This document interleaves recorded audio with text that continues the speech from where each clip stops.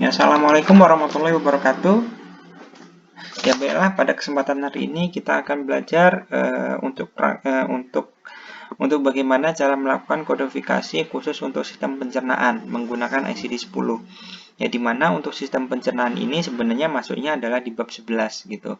Dan sistem pencernaan untuk semester ini masuknya adalah di untuk yang kodifikasi penyakit 2. Ya, untuk kodifikasi penyakit 2 memang secara keseluruhan itu adalah praktikum semua. Ya, dimana kita harus menentukan hasil kodifikasi menggunakan ICD-10 pada sistem pencernaan seperti itu. Oke.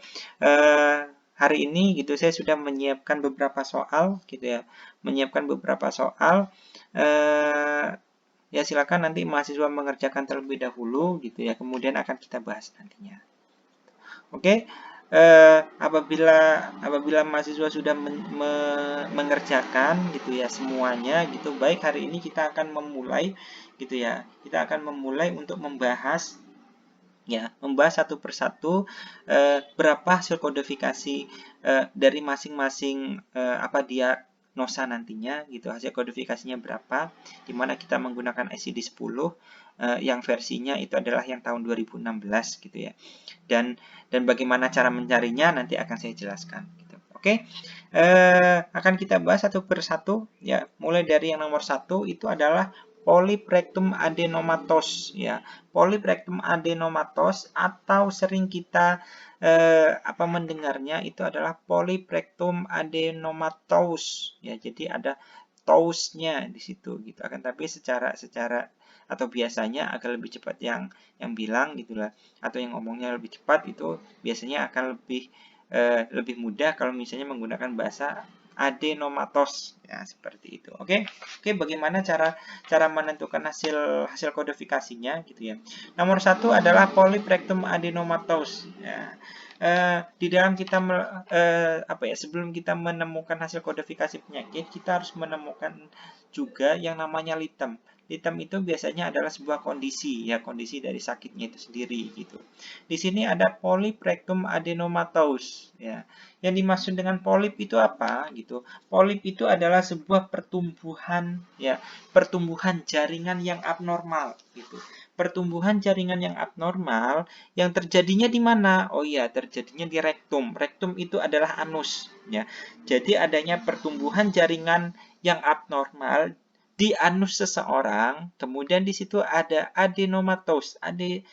Untuk arti dari adenomatos itu adalah tumor gitu. Jadi yang dimaksud sama polyprectum adenomatos itu adalah suatu kondisi gitu ya, adanya pertumbuhan jaringan yang abnormal di anus seseorang gitu ya. Yang diindikasikan itu adalah sebuah tumor gitu ya. Jadi apabila kita membacanya di situ polyprectum adenomatos, di situ kondisinya adalah polip ya, atau sakitnya apa? Sakitnya itu adalah polip ya.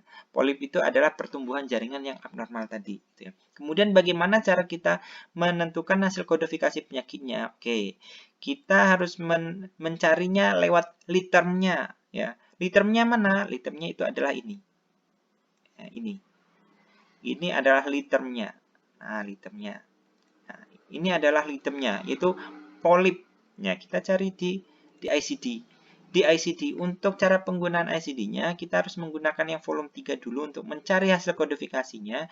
Kemudian volume 1 itu adalah untuk mengecek gitu ya, apakah yang ada di volume 3 itu sudah benar atau masih belum. Gitu. Oke, kita lihat mulai dari polip ya sebagai litemnya. Di sini S, kita mencari di P, kita cari di P, coba.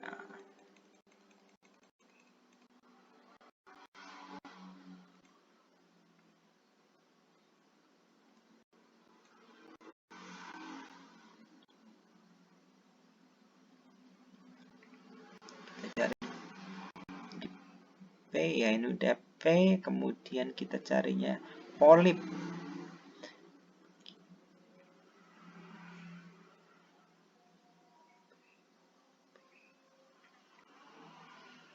Nah, ini adalah polip. Ya, ini adalah polip atau polipus gitu ya. Sesudah kita menemukan litemnya gitu ya atau kondisinya, kemudian kita mencari organnya. Organnya apa? Organnya itu tadi ada. Organnya apa? Oh ya, organnya adalah rektum atau anus. Ya, kita cari coba. Sesudah polip kemudian anus atau rektum tadi. Mana? Rektum. Nah, ini rektum ya. Untuk yang ada di sini, apabila kita mencarinya hanya polip rektum saja, gitu ya, maka diindikasikan bahwa itu adalah bukan yang adenomatous, akan tetapi yang non adematous ya. Akan tetapi soal kita adalah polip rektum adenomatous ya. Berarti cara mencarinya di sini polip, kemudian rektum, kemudian di bawahnya itu adalah adenomatous. Ya.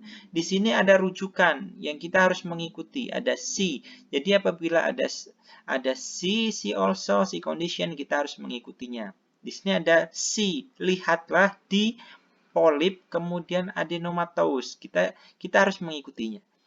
Di sini polip, kemudian adenomatous. Adenomatous. Nah, sampai sini. Ya. Sesudah kita menemukan di sini ada polip, adenomatous, kemudian ada rujukan lagi atau kita disuruh mengikuti lagi. Ya. Di situ see also neoplasma, kemudian benign. Ya.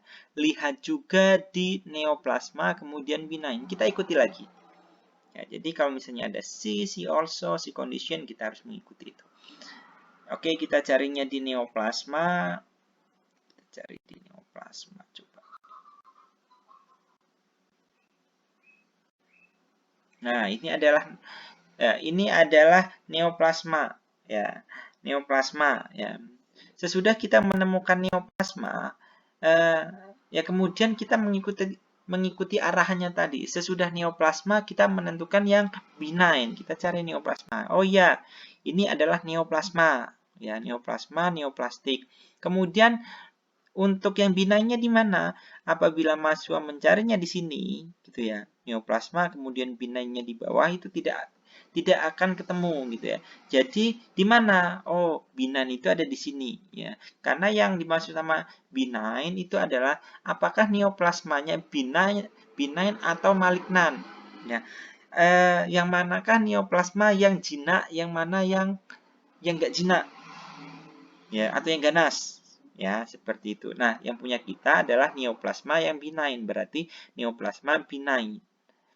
Itu ada benign, ya. Berarti hasil kodifikasinya itu ada di deretan yang di sini nanti. Ya. Akan tapi bagaimana cara kita mencarinya? Itu adalah yang pertama, neoplasma. Sesudah neoplasma kita mencarinya ya, biasanya sesudah litem, kemudian mencarinya lewat organnya. Organnya apa? Rektum atau anus. Oke, kita cari rektum. Rektum.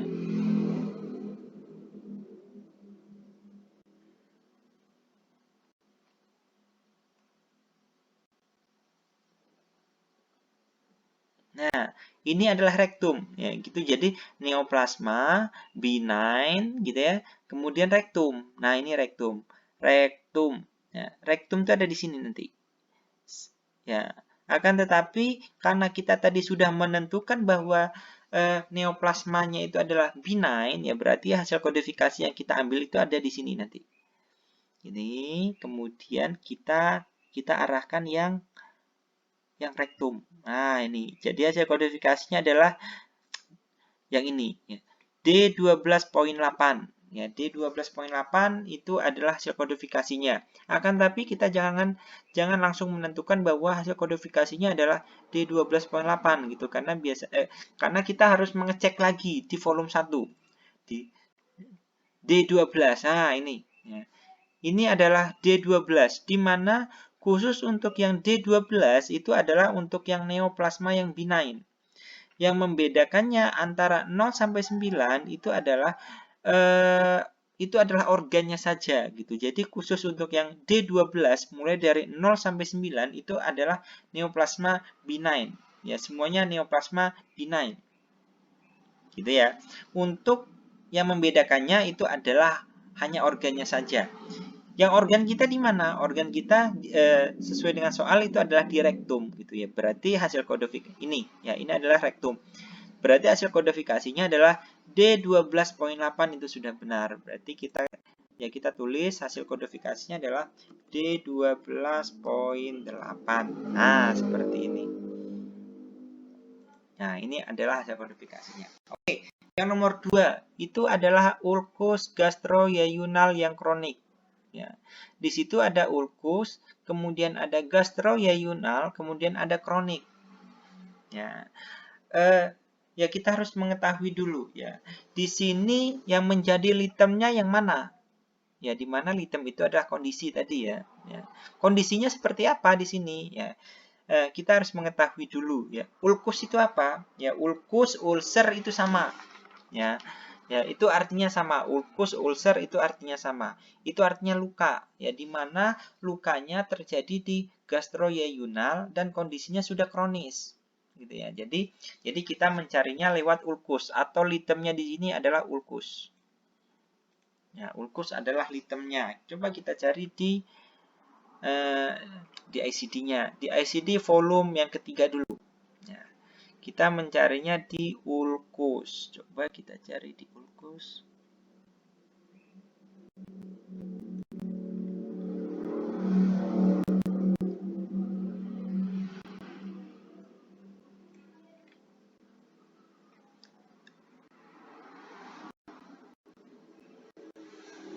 Kita mencarinya di ulkus.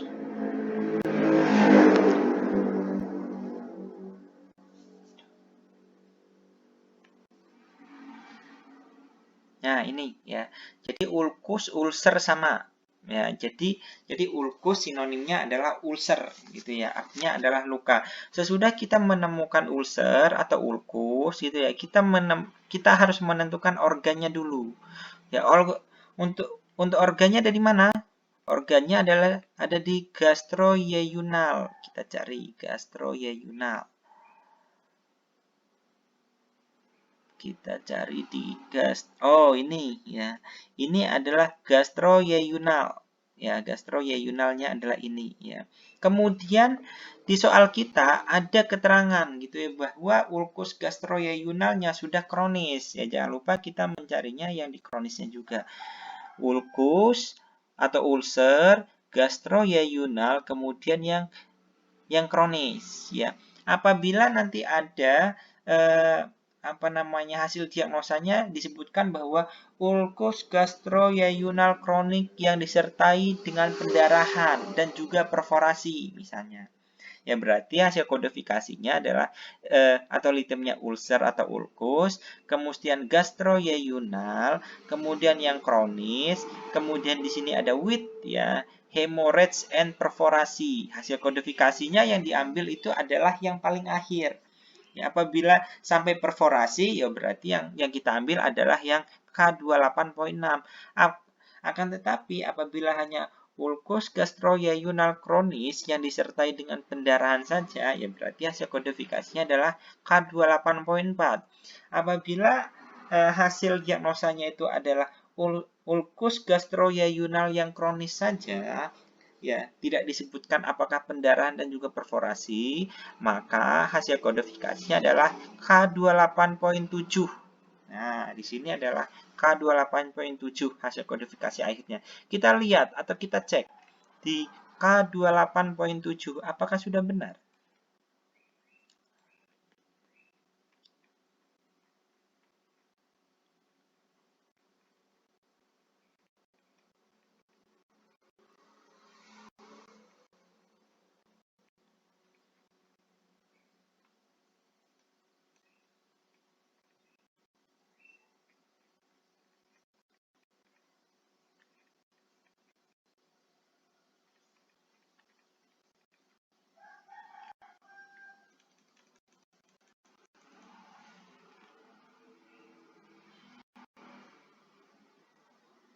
Nah, ini adalah di K28 ya.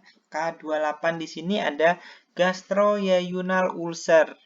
Ya, di sini ada gastroyayunal ulcer. Akan tetapi yang harus kita cermati, di situ ada beginning of this block for subdivision. Artinya di situ adalah lihatlah gitu ya untuk menentukan letaknya ya.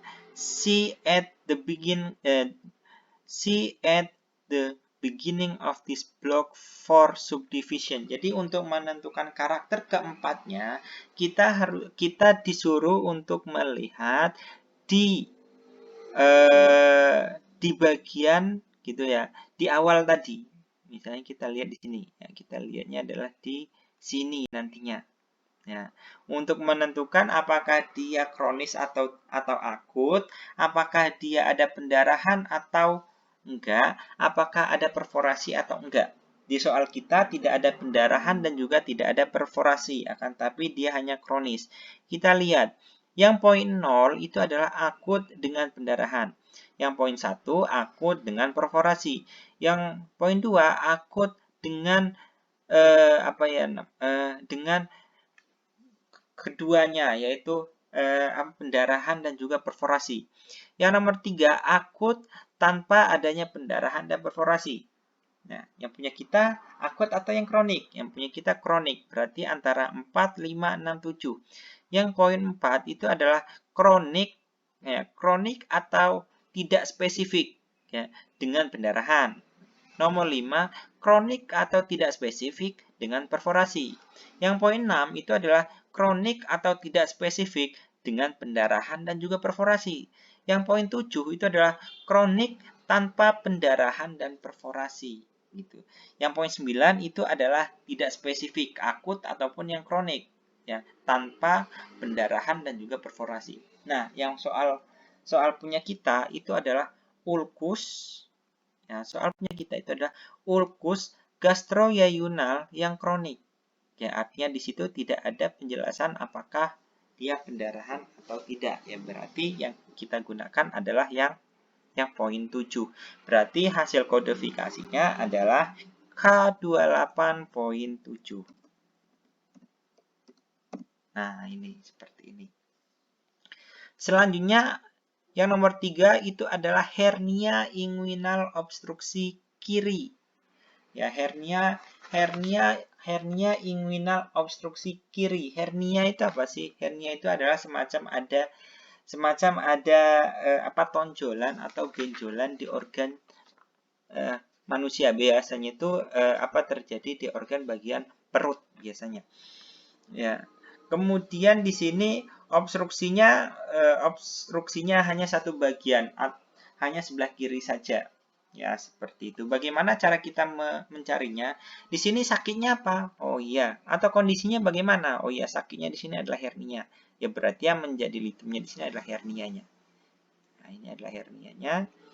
Ya, selanjutnya kita cari di ICD volume 3 hernia.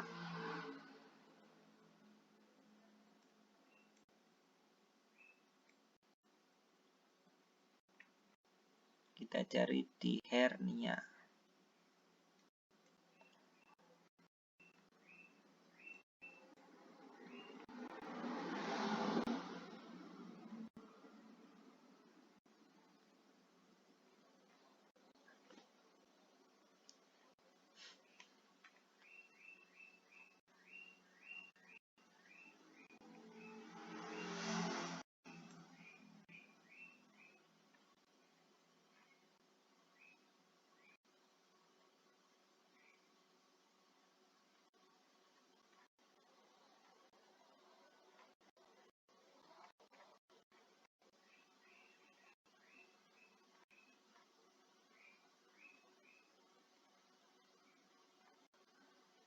Nah, ini adalah hernia ya.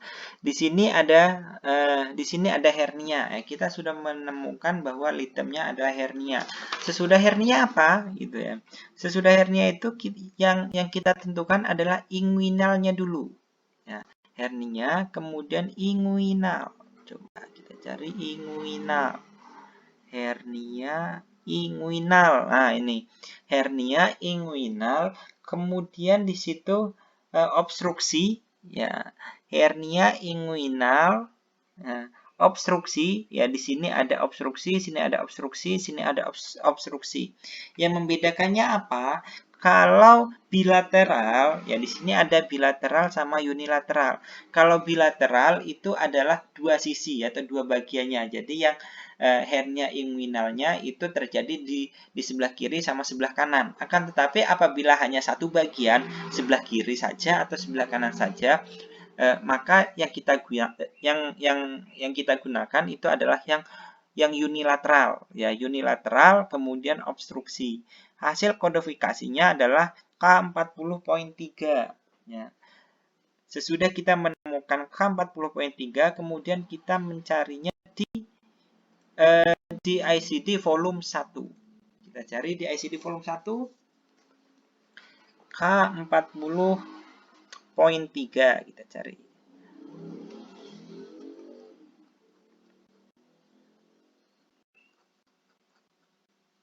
Nah, ini adalah di sini. Nah, di sini ya, khusus untuk yang K40 itu adalah semuanya mulai dari 0 sampai 9 itu adalah terkait hernia inguinal.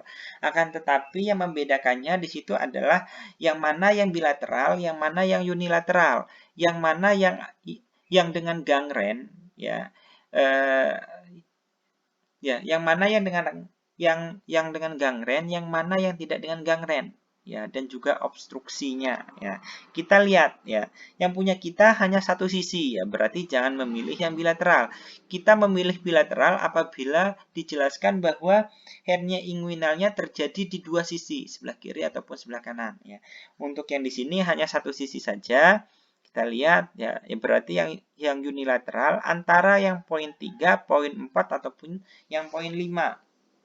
Ya, apabila kita lihat K40.3 itu untuk yang hernia inguinalnya unilateral gitu ya, dengan obstruksi tanpa gangren. Ya, dan di situ unilateral hanya salah satu bagian, ya. Yang poin 4 itu adalah unilateral, ya, hernia inguinal yang salah satu sisinya saja itu dengan gangren, ya. Yang poin 9 itu adalah hernia inguinal unilateral salah satu bagian saja tanpa obstruksi ataupun gangren. Nah, di soal kita, ya kita lihat di soal kita lagi. Nah, ini soal kita itu adalah hernia inguinal. Di situ ada obstruksinya dan hanya salah satu bagian. Artinya di situ yang kita cari, yang kita gunakan adalah unilateral dengan obstruksi. Ya, seperti itu. Jadi unilateral atau hernia inguinal unilateral, artinya di sini unilateral salah satu sisi atau salah satu bagian saja dengan obstruksi. Ya, di sini ya, dengan obstruksi tanpa gangren. Karena di soal kita tidak dijelaskan apakah itu dengan gangren atau tanpa gangren.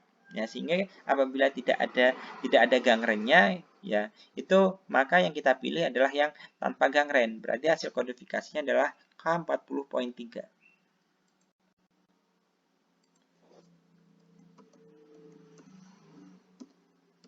Nah, seperti itu. Selanjutnya yang nomor 4, ya, itu adalah diverkulitis jejunum dan ileum dengan perforasi. Ya, apabila kita lihat di situ ada diverkulitis, kemudian organnya di situ ada jejunum dan ileum, kemudian ada keterangannya bahwa di situ dengan perforasi. Ya, kita harus menentukan lagi litemnya apa atau kondisinya apa di sini. Gitu. Kita lihat di sini bahwa yang kondisinya atau sakitnya itu adalah diverkulitis. Nah, ini adalah kondisinya. Ya, diverkulitis. Kita cari di ICD-nya. Di ICD volume ketiga. Diverkulitis.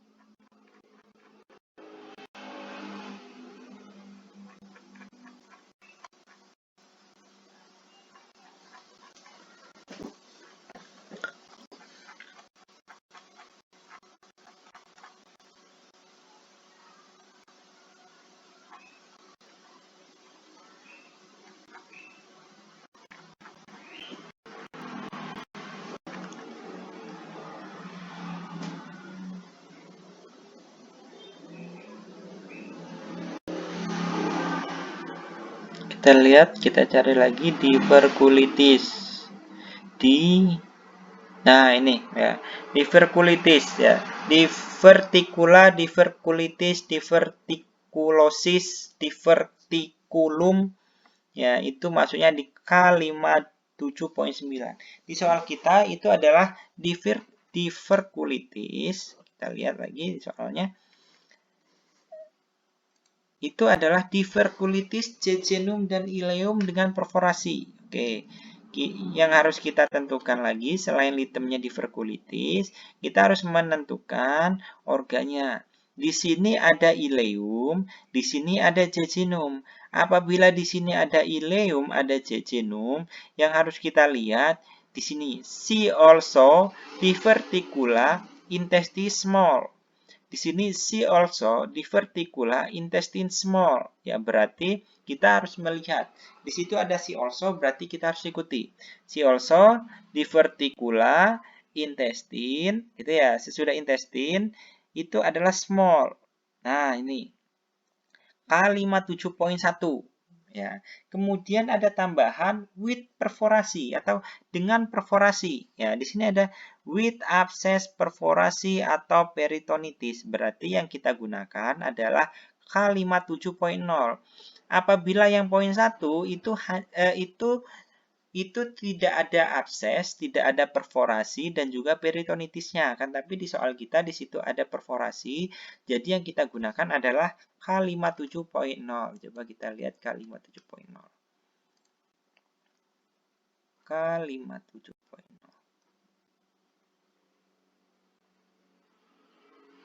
Nah, ini adalah K57.0. Di mana untuk yang K57 itu adalah penyakit divertikula di usus. Intestin itu adalah usus. Di mana di situ ada include-nya. Ya, apabila ada diagnosa divertikulitis, divertikulosis, divertikulum di usus besar, di usus yang besar ataupun yang kecil, maksudnya adalah di K57. Akan tetapi apabila ada sebuah diagnosa di sini adalah diverculitis intestinnya itu adalah kongenital, itu masuknya bukan lagi di K57 akan tapi di Q43.8. Sama halnya apabila divertikulumnya itu di appendix, artinya bukan di intestin, maka masuknya di K38. Dan juga apabila ada diverticulum Meckel's, ya berarti masuknya di K43.0. Yang punya kita adalah divertikulitis di intestin, di jejunum dan juga ileum, di mana jejunum dan ileum itu adalah intestin small atau small intestine. Ya, kita cari.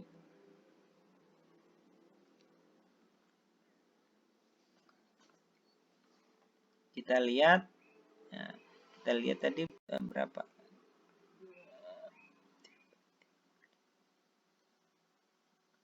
K57.0. Oke. K57.0. Di situ ada diverticular disease, ya, penyakit divertikular di intestin, di usus kecil dengan perforasi. Di soal kita apa? Divertikulitis, jejunum dan ileum itu adalah small intestine dengan perforasi. Jadi sudah benar ya, untuk hasil kodifikasinya adalah yang K57.0.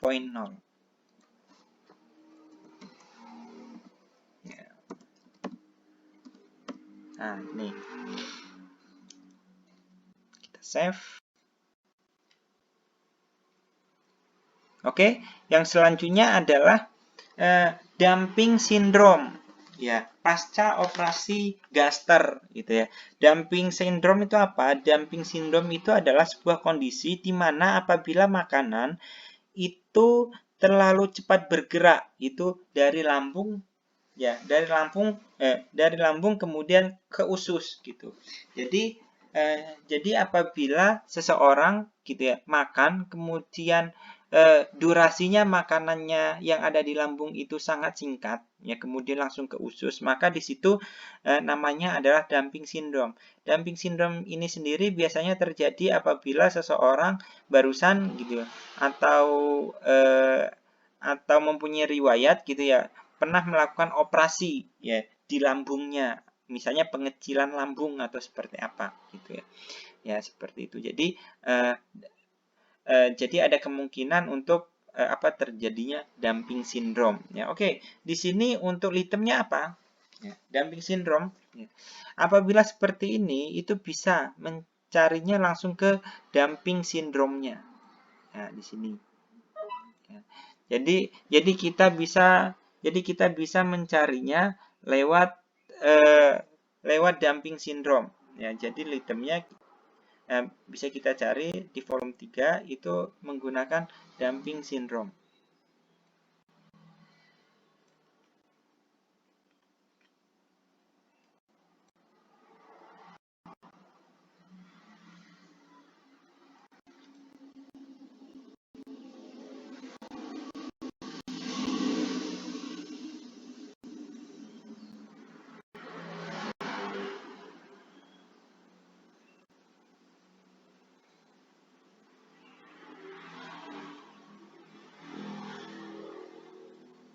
Nah, ini adalah dumping syndrome ya. Kita langsung bisa menemukan dumping syndrome, kemudian post gastrectomy. Ya, di sini adalah operasi gaster. Operasi gaster di situ adalah gastrectomy. Gitu ya. Jadi bisa langsung ya. Jadi kita langsung menemukan bahwa dumping syndrome sesudah diangkatnya gaster atau pasca operasi gaster di situ gitu ya. Jadi hasil kodifikasinya adalah K91.1. Ya, coba kita lihat di volume 1-nya. K91.1.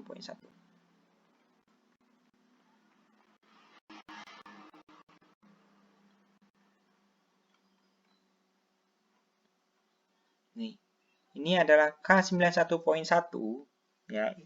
Untuk yang K91.1 apabila sindrom sesudah operasi di lambung, di gaster.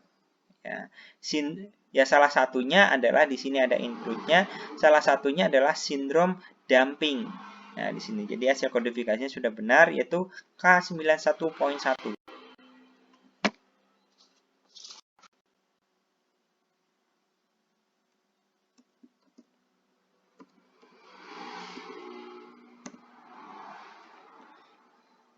Ya, seperti ini. Oke, yang nomor 6.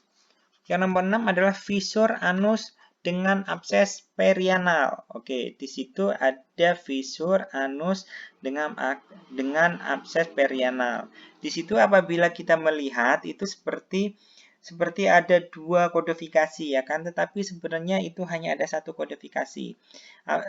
Jangan terkecoh gitu bahwa di situ ada fisur anus, kemudian ada abses perianal, kemudian itu dibuat satu-satu, itu enggak gitu ya. Jadi bisa dijadikan satu kodifikasi. Di sini kita harus menentukan litemnya dulu. Litemnya apa? Oh ya, litemnya di sini adalah fisur. Fisur ya, kondisinya itu adalah fisur. Kemudian di sini ada anus ya. Jadi organnya adalah anus ya. Kita cari di ICD-nya volume 3 fisur.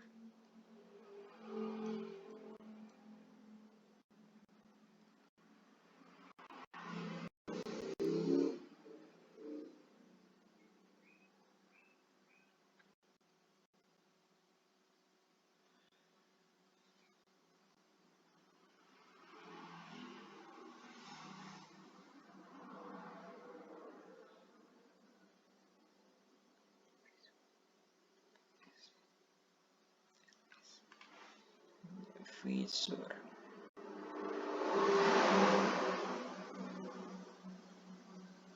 Nah, ini adalah fisur. Ya, fisurnya double S ya. Fisur ya, fisur atau fisurit. Ya, kemudian anus. Ya, di sini fisur anus ya, fisur kemudian anus. K60.2. Nah, di sini. Fisur kemudian anus ya, K60.2. Apabila kita mencarinya kita ngeceknya di volume 1, K60.2 misalnya. Kita lihat di K60.2.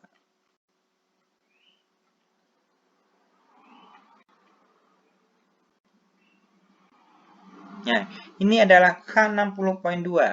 Khusus untuk yang K60 itu adalah fisur dan fistula yang terjadi di anal dan juga region atau bagian rektal. Ya, di mana di sini untuk yang fisur anal, ya, fisur yang anal, ya, fisur anal itu ada di antara poin 0, poin 1. Ya, akan tetapi yang harus menjadi catatan di sini ada exclude-nya. Ya, apabila fisur dan fistula yang terjadi di anal yang diikuti dengan abses, ya, atau adanya abses atau adanya benjolan yang berisi cairan tadi, ya, atau ada sebuah benjolan yang berisi nanah, abses itu, gitu. Jadi masuknya enggak di K60 akan tapi di K61. Jadi di soal kita kan fisur anusnya itu ada absesnya. Ya, itu ada absesnya gitu ya. Jadi apabila ada absesnya itu sudah enggak masuk di K60 akan tetapi di K61. Ya, makanya apabila kita melakukan kodifikasi atau mencari hasil kodifikasi, jangan hanya berpatokan di yang volume 3 saja. Ya, kita harus mencarinya atau mengeceknya juga di volume 1. Ya, soalnya seperti ini. Apabila di volume 3 tadi hasilnya menunjukkan bahwa masuk di K60. Akan tapi sesudah kita cek di volume 1 itu masuknya di K61. Nah, kita lihat di K61. Di mana K61 itu adalah apabila ada absesnya. Ya, di situ ada abses, ya. Di situ adalah fisur anal yang diikuti dengan abses. Ya, diikuti dengan. Jadi adanya abses di analnya. Jadi hasil kodifikasi yang benar adalah K61.0. Ini.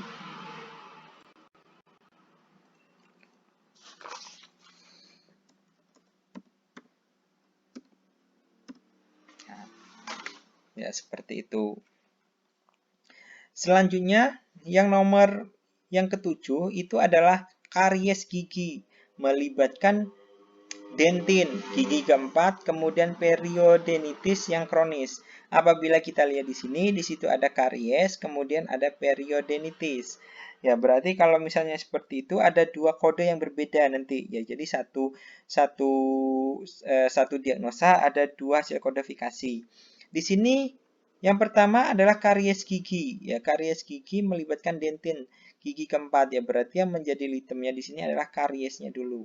Nah, ini kariesnya. Kita bold, coba. Selanjutnya kita mencarinya di volume 3. Kita carinya lewat karies.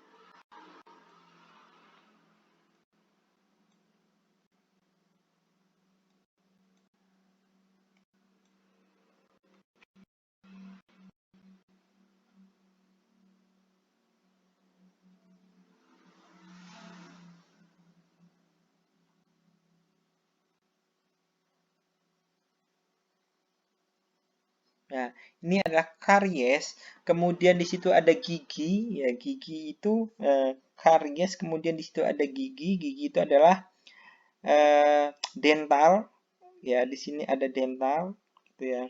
Kemudian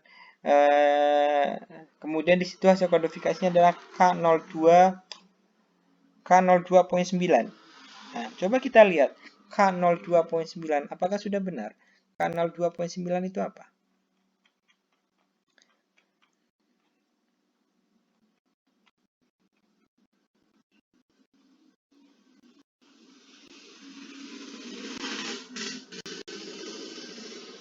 Ya. Untuk yang K02 itu adalah khusus untuk yang karies dental, di mana karies dentalnya di sini apabila di soal kita itu adalah melibatkan dentin. Kita lihat, nah karies giginya melibatkan dentin. Apabila ada melibatkan dentin, kita jangan menggunakannya yang poin 9 karena yang poin 9 itu tidak spesifik. Sedangkan soal kita itu adalah spesifik. Maka yang kita gunakan itu adalah yang poin 1, di mana K02.1 itu adalah karies gigi yang melibatkan dentin. Ya, berarti hasil kodifikasinya yang pertama itu adalah K02.1. K02.1. Kemudian ya di situ juga ada periodenitis yang kronis. Ya berarti litemnya di sini ada itu adalah yang periodenitis. Ya periodenitis kemudian kita mencarinya yang kronis. Oke, kita cari lagi. Periodenitis di volume 3.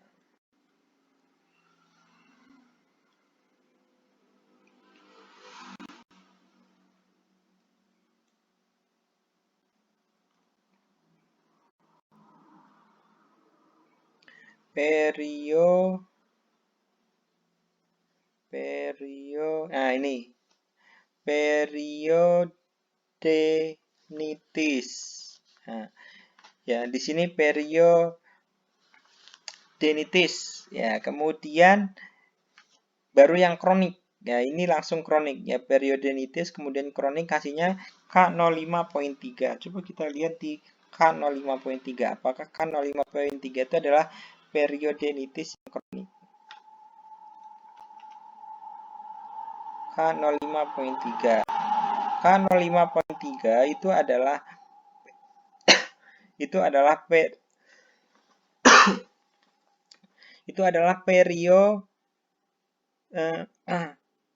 periodenitis ya, periodenitis atau periodontitis yang kronis gitu ya.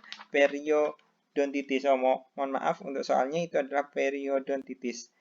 Periodontitis. Nah, ini adalah yang benar soalnya. Mohon maaf. Ya. Periodontitis, kemudian yang kronis. Ya. Ya, berarti hasil kodifikasinya adalah K05.3. Ada dua hasil kodifikasinya. K05.3. Ya. Selanjutnya di situ ada hipertensi portal pada skistosomiasis. Ya. Di situ ada hipertensi portal pada skistosomiasis. Ya. Di sini litemnya sakitnya apa? Sakitnya adalah hipertensi. Di sini hipertensi. Ya, sesudah hipertensi baru kita mencari portalnya, baru ke skistosomiasisnya. Ya, kita cari hipertensi di volume yang ketiga.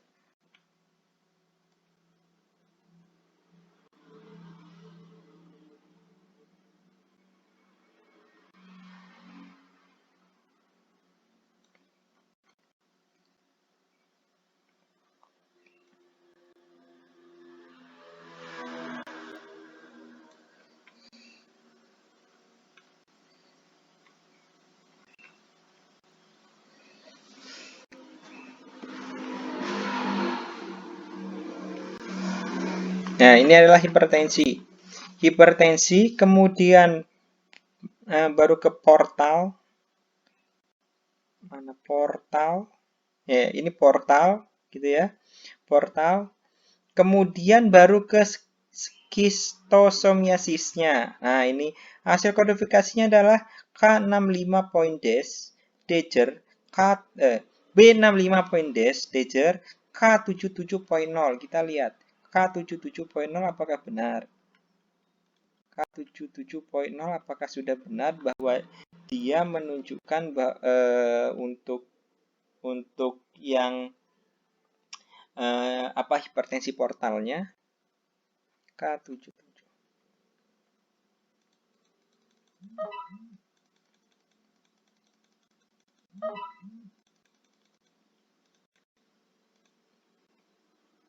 Ya, K77.0 gitu.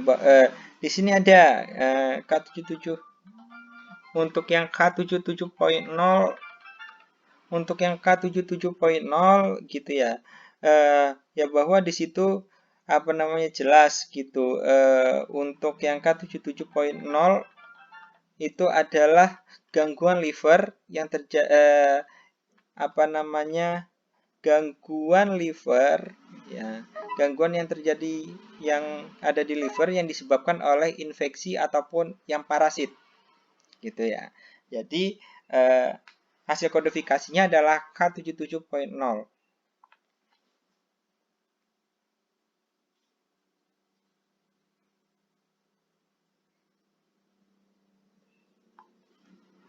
Ya, K77.0. Kemudian ada B65.des tadi. Kita cek lagi juga. B65.des.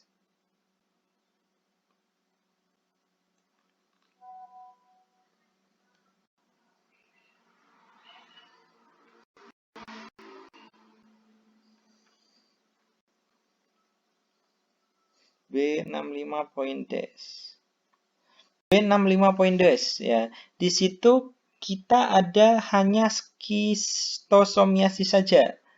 Ya, tidak ada embel-embel di belakangnya ya. Karena apa? Tidak ada, hanya hipertensi portal pada skistosomiasis ya. Ya, jadi hasil kodifikasi untuk yang nomor 9 ini adalah B65.9 Dejer K77.0. Kita tulis B65.9 Dejer K77.0. Selanjutnya adalah hepatitis kolestatik, kemudian pruritis anggota badan, gitu ya. Apabila seperti ini, kita harus menentukan item seperti biasa. Yang pertama adalah, ya, di sini jelas gitu ya bahwa yang menjadi itemnya adalah hepatitisnya. Ya, yang menjadi itemnya adalah hepatitisnya. Coba kita lihat hepatitis, kemudian kolestatik. Kita cari di ICD volume 3. Hepatitis.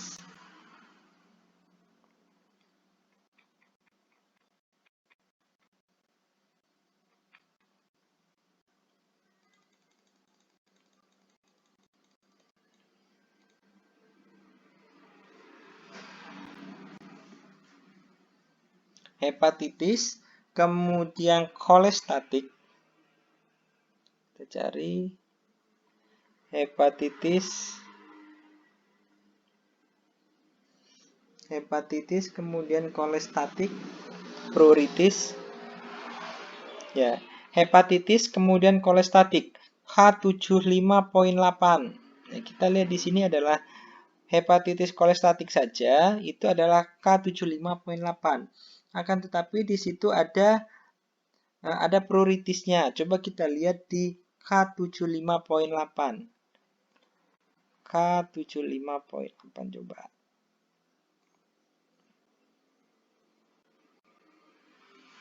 Nah, ini.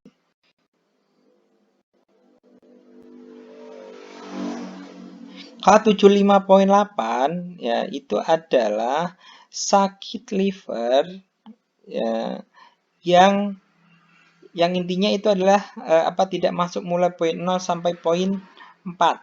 Ya, kita lihat apabila ada gitu ya penyakit hepatitis kronik gitu ya yang lain atau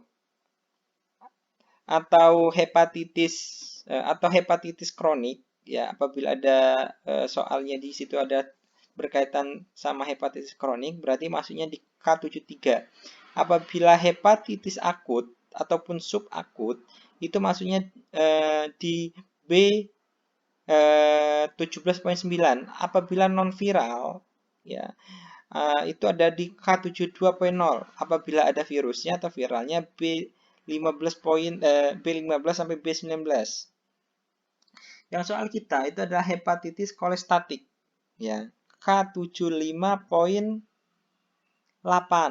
Nah, di sini kalau misalnya poin 0 itu adalah adanya abses di livernya. Kalau yang poin 1 itu adalah phlebitis di portal vein, ya. Ini bukan.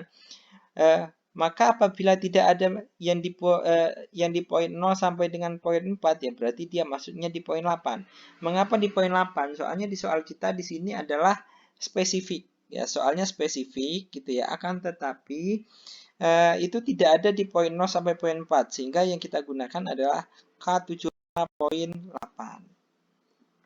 K75.8 seperti itu. Jadi hasil apa ya? Hasil kodifikasinya adalah ini gitu ya. K75.8.